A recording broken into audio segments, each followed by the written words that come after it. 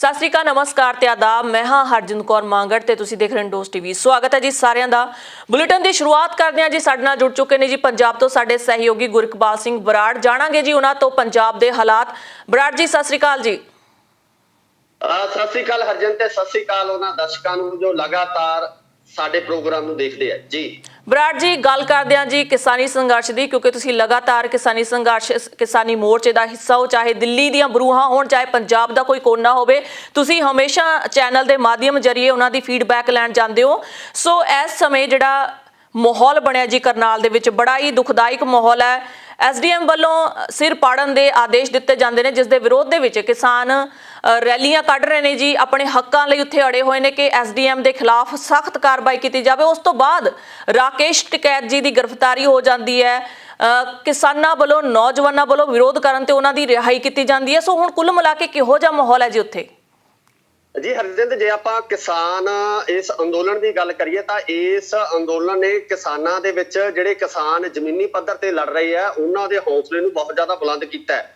ਕਰਨਾਲ ਦੇ ਵਿੱਚ ਪਿਛਲੇ ਦਿਨੀ ਜਿਹੜੀ ਘਟਨਾਕ੍ਰਮ ਵਾਪਰਿਆ, ਜਿਹਦੇ ਵਿੱਚ SDM ਵੱਲੋਂ ਇਹ ਹੁਕਮ ਦਿੱਤੇ ਗਏ ਕਿ ਇਹਨਾਂ ਕਿਸਾਨਾਂ ਦੇ ਸਿਰ ਪਾੜ ਦਿੱਤੇ ਜਾਣ, ਸਿਰ ਭੰਨ ਦਿੱਤੇ ਜਾਣ, ਉਸ ਨੂੰ ਲੈ ਕੇ ਪੂਰੇ ਭਾਰਤ ਦੇ ਕਿਸਾਨਾਂ ਦੇ ਵਿੱਚ ਇੱਕ ਰੋਹ ਦੀ ਜਿਹੜੇ ਹਾਲਾਤ ਆ ਉਹ ਬਣੇ ਹੋਏ ਸੀ। ਇਸ ਰੋਹ ਨੂੰ ਦੇਖਦਿਆਂ ਹੋਇਆਂ ਸੰਯੁਕਤ ਕਿਸਾਨ ਮੋਰਚੇ ਵੱਲੋਂ ਇਹ ਐਲਾਨ ਕੀਤਾ ਗਿਆ ਸੀ ਕਿ ਪ੍ਰਸ਼ਾਸਨ ਆ ਜਿਹੜੇ ਉਹ ਅਧਿਕਾਰੀ ਨੇ ਜਿਨ੍ਹਾਂ ਵੱਲੋਂ ਇਸ ਤਰ੍ਹਾਂ ਦੀਆਂ ਕਾਰਵਾਈਆਂ ਕੀਤੀਆਂ ਗਈਆਂ, ਜਿਨ੍ਹਾਂ ਵੱਲੋਂ ਇਸ ਤਰ੍ਹਾਂ ਦੀ ਕਾਰਵਾਈ ਨੂੰ ਅੰਜਾਮ ਦਿੱਤਾ ਗਿਆ, ਉਹਨਾਂ ਦੇ ਖਿਲਾਫ ਬਣਦੀ ਕਾਰਵਾਈ ਕਰਨ। ਪਰ ਪ੍ਰਸ਼ਾਸਨ ਹੈ ਜਿਹੜਾ ਜਾਂ ਖੱਟੜ ਸਰਕਾਰ, ਆਪਾਂ ਜੋ ਹਰਿਆਣੇ ਦੀ ਸਰਕਾਰ ਆ, ਜੇ ਆਪਾਂ ਉਹਦੀ ਗੱਲ ਕਰੀਏ ਤਾਂ ਉਹ ਕਿਤੇ ਨਾ ਕਿਤੇ ਕਿਸਾਨਾਂ ਨੂੰ ਹਜੇ ਵੀ ਹਲਕੇ ਦੇ ਵਿੱਚ ਲੈ ਰਹੇ ਸਨ।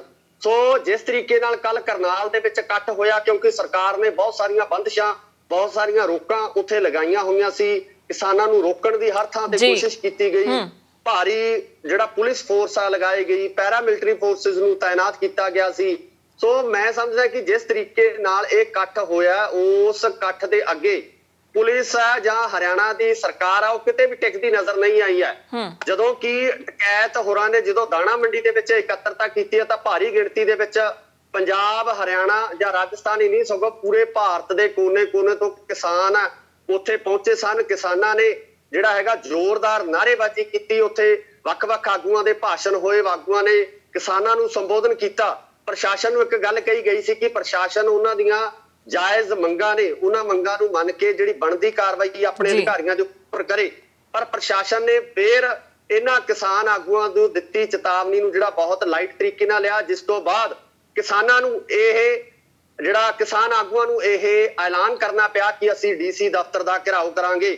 ਤੇ ਉਹਨਾਂ ਵੱਲੋਂ ਇਸੇ ਤਰੀਕੇ ਨਾਲ ਹੀ ਦਾਣਾ ਮੰਡੀ ਤੋਂ ਜਿਹੜਾ ਕਰਨਾਲ ਦੇ ਜੋ DC ਨੇ ਉਹਨਾਂ ਦੇ ਘਿਰਾਓ ਵਾਸਤੇ ਜਿਹੜੇ ਚਾਲੇ ਪਾ ਦਿੱਤੇ ਤੇ ਰਸਤੇ ਦੇ ਵਿੱਚ ਹੀ ਕਿਸਾਨ ਆਗੂਆਂ ਨੂੰ ਗ੍ਰਿਫਤਾਰ ਵੀ ਕੀਤਾ ਗਿਆ, ਉਹਨਾਂ ਨੂੰ ਹਿਰਾਸਤ ਵਿੱਚ ਲੈ ਲਿਆ ਗਿਆ ਪੁਲਿਸ ਵੱਲੋਂ। ਪਰ ਮੈਂ ਸਮਝਦਾ ਕਿ ਕਿਸਾਨਾਂ ਦੀ ਏਕੇ ਦੀ ਤਾਕਤ, ਉਹਨਾਂ ਦੇ ਇਕੱਠ ਦੇ ਅੱਗੇ ਜਿਹੜੀ ਹੈਗੀ ਆ ਪੁਲਿਸ ਦੀ ਇਹ ਕਾਰਵਾਈ ਨਗੂਣੀ ਰਹਿ ਗਈ, ਛੋਟੀ ਪੈਂਦੀ ਨਜ਼ਰ ਆਈ, ਕਿਉਂਕਿ ਕਿਸਾਨਾਂ ਨੇ ਆਪਣੇ ਆਗੂਆਂ ਨੂੰ ਥੋੜੇ ਸਮੇਂ ਬਾਅਦ ਹੀ ਜਿਹੜਾ ਹੈਗਾ ਉਹ ਰਿਹਾ ਕਰਵਾ ਲਿਆ ਸੀ, ਪੁਲਿਸ ਦੇ ਹੱਥੇ ਚੋਂ ਛੁਡਵਾ ਲਿਆ ਸੀ। ਤੇ ਹੁਣ ਇਸ ਸਮੇਂ ਦੇ ਜੋ ਹਾਲਾਤ ਹੈ ਉੱਥੇ ਹਾਲਾਤ ਪੂਰੀ ਤਰ੍ਹਾਂ ਨਾਲ ਸ਼ਾਂਤਮਈ ਨੇ, ਕਿਉਂਕਿ ਕੱਲ ਰਾਤ ਤੋਂ ਜਿਹੜੇ ਕਿਸਾਨ ਆਗੂ ਤੇ ਬਾਕੀ ਜਿਹੜੇ ਕਿਸਾਨ ਨੇ ਉੱਥੇ ਪੂਰੀ ਤਰ੍ਹਾਂ ਨਾਲ ਜਿਹੜਾ ਡਟੇ ਹੋਏ ਨੇ, ਮੋਰਚਾ ਲਗਾਇਆ ਹੋਇਆ।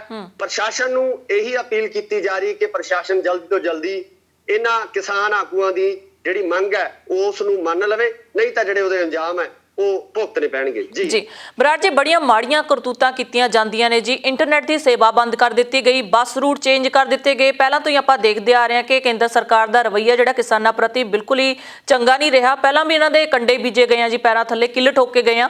ਉਸ ਤੋਂ ਬਾਅਦ ਹੁਣ ਇੰਟਰਨੈਟ ਦੀ ਸੇਵਾ ਬੰਦ ਕੀਤੀ ਗਈ ਹੈ ਤਾਂ ਕਿ ਆਪਸ ਵਿੱਚ ਕਿਸਾਨ ਜਿਹੜੇ ਹੈਗੇ ਨੇ ਕਮਿਊਨੀਕੇਸ਼ਨ ਨਾ ਕਰ ਪਾਉਣ। ਸੋ ਬੈਰੀਕੇਡ ਲਗਾਏ ਗਏ ਜੀ, ਜਲ ਤੋਪਾਂ ਲਗਾਈਆਂ ਗਈਆਂ। ਪਰ ਕਿਸਾਨਾਂ ਦੇ ਹੌਸਲੇ ਦੇਖੋ, ਸੋਸ਼ਲ ਮੀਡੀਆ ਤੇ ਪੂਰੇ ਜਿਹੜੇ ਕਿਸਾਨਾਂ ਦੀਆਂ ਫੋਟੋਆਂ ਦੇ ਨਾਲ ਸੋਸ਼ਲ ਮੀਡੀਆ ਭਰਿਆ ਹੋਇਆ ਜੀ, ਕਿਸੇ ਅਖਬਾਰ ਦੀ ਸੁਰਖੀ ਬਣਿਆ ਹੋਇਆ ਜਾਂ ਕਿਸੇ ਚੈਨਲ ਦੀ। ਪਰ ਖਾਸ ਕਰਕੇ ਇੱਥੇ ਮੈਂ ਨਾਮ ਲੈਣਾ ਚਾਹਾਂਗੀ ਜੀ ਇੰਡੀਅਨ ਮੀਡੀਆ ਦਾ। ਭਾਰਤੀ ਮੀਡੀਆ ਵੱਲੋਂ ਇਹ ਤਸਵੀਰਾਂ ਕਿਤੇ ਵੀ ਨਹੀਂ ਦਿਖਾਈਆਂ ਗਈਆਂ। ਭਲਾ ਹੋਵੇ ਜੀ, ਅੱਜ ਕੱਲ੍ਹ ਇੰਟਰਨੈਟ ਜਿਹੜਾ ਦੁਨੀਆ ਕੋਲੇ ਹੱਥ 'ਚ ਮੋਬਾਈਲ ਜਿਹੜੀ ਕਹਿੰਦੇ ਤੀਜੀ ਅੱਖ ਹੈ ਜੀ।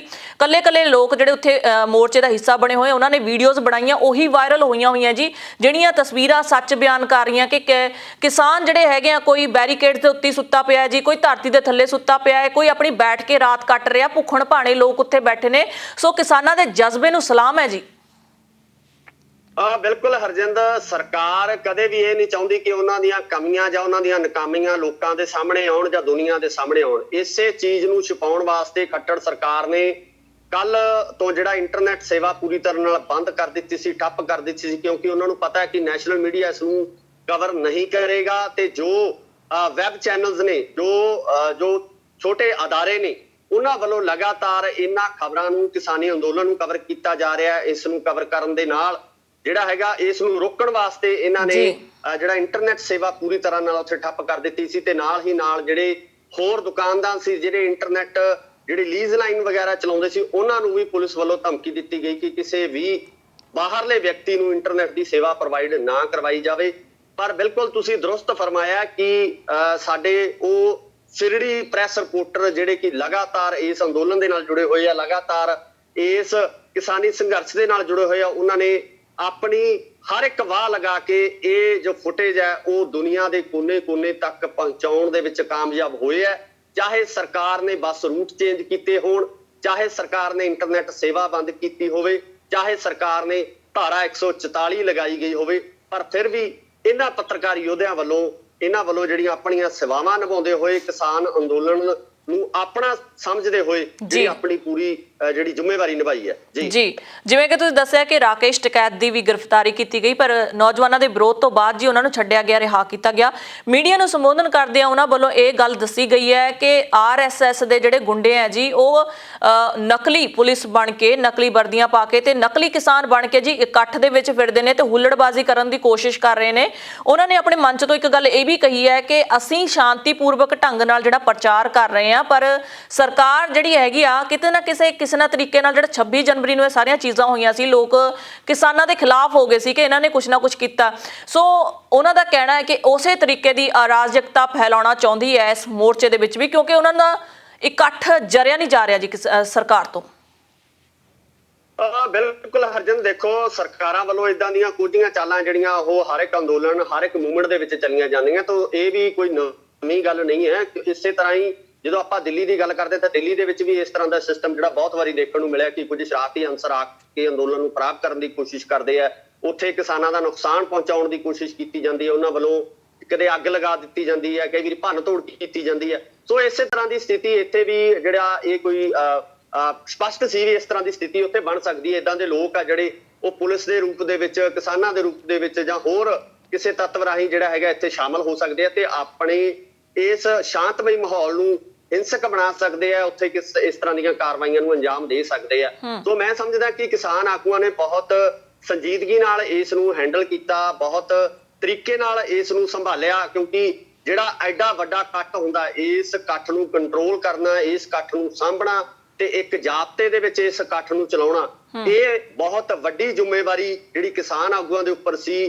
ਕਿਉਂਕਿ ਕਰਨਾਲ ਦੇ ਵਾਪਰੇ ਪਿਛਲੇ ਘਟਨਾਕ੍ਰਮ ਨੂੰ ਲੈ ਕੇ ਕਿਤੇ ਨਾ ਕਿਤੇ ਕਿਸਾਨਾਂ ਦੇ ਵਿੱਚ ਰੋਹ ਵੀ ਸੀ, ਹੇਠਲੇ ਕੇਡਰ ਦੇ ਵਿੱਚ ਵੀ ਰੋਹ ਸੀ ਕਿ ਇਹ ਵੀ ਹੋ ਸਕਦਾ ਕਿ ਪੁਲਿਸ ਨਾਲ ਸਿੱਧੀਆਂ ਝੜਪਾਂ ਜਾਂ ਸਥਿਤੀ ਤਣਾਅਪੂਰਨ ਜਿਹੜੀ ਬਣੀ ਜੀ। ਬਿਲਕੁਲ, ਕਿਸਾਨਾਂ ਨੇ ਜਾਂ ਹੋਰ ਲੋਕ ਜੋ ਉਸ ਮੰਜ਼ਰ ਨੂੰ ਦੇਖ ਰਹੇ ਸੀਗੇ, ਉਸ ਨੂੰ ਦੂਜਾ ਕਸ਼ਮੀਰ ਐਲਾਨ ਰਹੇ ਸੀ ਜੀ। ਕਰਨਾਲ ਨੂੰ ਕਹਿ ਰਹੇ ਸੀ ਕਿ ਦੂਜਾ ਕਸ਼ਮੀਰ ਬਣ ਚੁੱਕਿਆ, ਜਿਸ ਤਰ੍ਹਾਂ ਪੁਲਿਸ ਕਿਸਾਨਾਂ ਦੇ ਉੱਤੇ ਤਸ਼ੱਦਦ ਕਰਨ ਤੇ ਆਈ ਹੈ।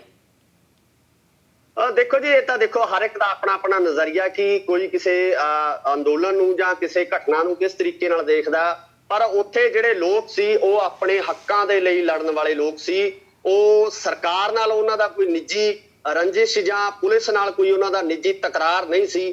ਉਹ ਲੋਕ ਉਹ ਸਨ ਜਿਹੜੇ ਕਿ ਆਪਣੀਆਂ ਜ਼ਮੀਨਾਂ ਨੂੰ ਬਚਾਉਣ ਦੀ ਖਾਤਰ, ਆਪਣੇ ਪਰਿਵਾਰਾਂ ਨੂੰ ਬਚਾਉਣ ਦੀ ਖਾਤਰ, ਆਪਣੀਆਂ ਆਉਣ ਵਾਲੀਆਂ ਨਸਲਾਂ ਨੂੰ ਬਚਾਉਣ ਦੀ ਖਾਤਰ ਇਸ ਅੰਦੋਲਨ ਦਾ ਹਿੱਸਾ ਬਣੇ ਹੋਏ ਨੇ ਤੇ ਲਗਾਤਾਰ ਪੁਲਿਸ ਦੀਆਂ ਲਾਠੀਆਂ ਵੀ ਖਾ ਰਹੇ ਨੇ ਤੇ ਸਰਕਾਰ ਦੀਆਂ ਮਾੜੀਆਂ ਨੀਤੀਆਂ ਦਾ ਸ਼ਿਕਾਰ ਵੀ ਹੋ ਰਹੇ ਨੇ ਜੀ।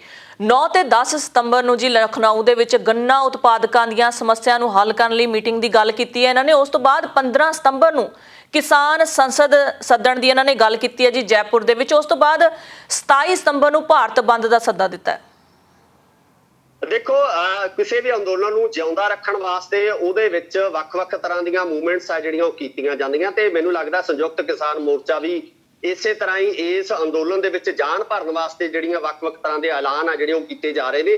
ਤੇ ਸਭ ਤੋਂ ਵੱਡੀ ਗੱਲ ਇਹ ਹੈ ਕਿ ਜਿਹੜਾ ਹੇਠਲਾ ਕੇਡਰ ਹੈ, ਹੇਠਲਾ ਕੇਡਰ ਮਤਲਬ ਜਿਹੜੇ ਛੋਟੇ ਕਿਸਾਨ ਨੇ ਜਿਹੜੇ ਕਿ ਇਸ ਅੰਦੋਲਨ ਦਾ ਹਿੱਸਾ ਨੇ ਉਹਨਾਂ ਵੱਲੋਂ ਵੀ ਵੱਧ ਚੜ ਕੇ ਇਹਨਾਂ ਮੂਵਮੈਂਟਸ ਦੇ ਵਿੱਚ ਹਿੱਸਾ ਲਿਆ ਜਾ ਰਿਹਾ, ਭਾਵੇਂ ਉਹ ਕਰਨਾਲ ਹੋਵੇ, ਮੁਜ਼ੱਫਰਨਗਰ ਹੋਵੇ ਜਾਂ ਆਉਣ ਵਾਲੇ ਦਿਨਾਂ ਦੇ ਵਿੱਚ ਜਿਸ ਤਰ੍ਹਾਂ ਦੇ ਐਲਾਨ ਆ ਕਿਸਾਨ ਮੋਰਚੇ ਵੱਲੋਂ ਕੀਤੇ ਗਏ ਆ, ਭਾਵੇਂ ਉਹ ਐਲਾਨ ਹੋਣ, ਉਹਨਾਂ ਦੇ ਵਿੱਚ ਵੀ ਮੈਨੂੰ ਲੱਗਦਾ ਹੀ ਨਹੀਂ, ਪੂਰਾ ਵਿਸ਼ਵਾਸ ਹੈ ਕਿ ਕਿਸਾਨ ਵੱਡੀ ਗਿਣਤੀ ਦੇ ਵਿੱਚ ਵੱਧ ਚੜ ਕੇ ਇਹਨਾਂ ਮੂਵਮੈਂਟਸ ਦੇ ਵਿੱਚ ਵੀ ਹਿੱਸਾ ਲੈਣਗੇ। ਜੀ ਬਰਾੜ ਜੀ, ਤੁਹਾਨੂੰ ਕੀ ਲੱਗਦਾ ਹੈ ਕਿ ਹੁਣ ਜਦੋਂ ਵੀ ਕਿਸਾਨ ਆਪਣੀ ਕੋਈ ਰੈਲੀ ਕਰਦੇ ਨੇ ਜਾਂ ਫਿਰ ਕੋਈ ਅਜਿਹਾ ਪ੍ਰੋਟੈਸਟ ਕਰਨ ਦੀ ਗੱਲ ਕਰਦੇ ਨੇ ਤਾਂ ਲੱਖਾਂ ਦੀ ਤਾਦਾਦ ਦੇ ਵਿੱਚ ਇਕੱਲਾ ਪੰਜਾਬ ਜਾਂ ਹਰਿਆਣਾ ਸੂਬਾ ਨਹੀਂ, ਭਾਰਤ ਦੇ ਵੱਖਰੇ ਕੋਨਿਆਂ ਤੋਂ ਕਿਸਾਨ ਆਗੂ, ਚਾਹੇ ਉਹ ਕੋਈ ਨੌਜਵਾਨ ਹੈ ਜੀ, ਅੰਗਹੀਣ ਜਿਹੜੇ ਬਜ਼ੁਰਗ ਹੈਗੇ ਨੇ ਉਹ ਵੀ ਬਥੇਰੇ ਦਿਖਾਈ ਦਿੱਤੇ ਆ। ਕਿਸੇ ਦੀ ਲੱਤ ਹੈ ਨਹੀਂ ਆ, ਕਿਸੇ ਦੀ ਬਾਂਹ ਹੈ ਨਹੀਂ ਆ ਜੀ, ਕਿਸੇ ਦਾ ਕੁਝ ਫਿਜ਼ੀਕਲੀ ਜਿਹੜੇ ਹੈਗੇ ਨੇ ਡਿਸੇਬਲ, ਉਹ ਵੀ ਉੱਥੇ ਪਹੁੰਚੇ ਹੋਏ ਨੇ।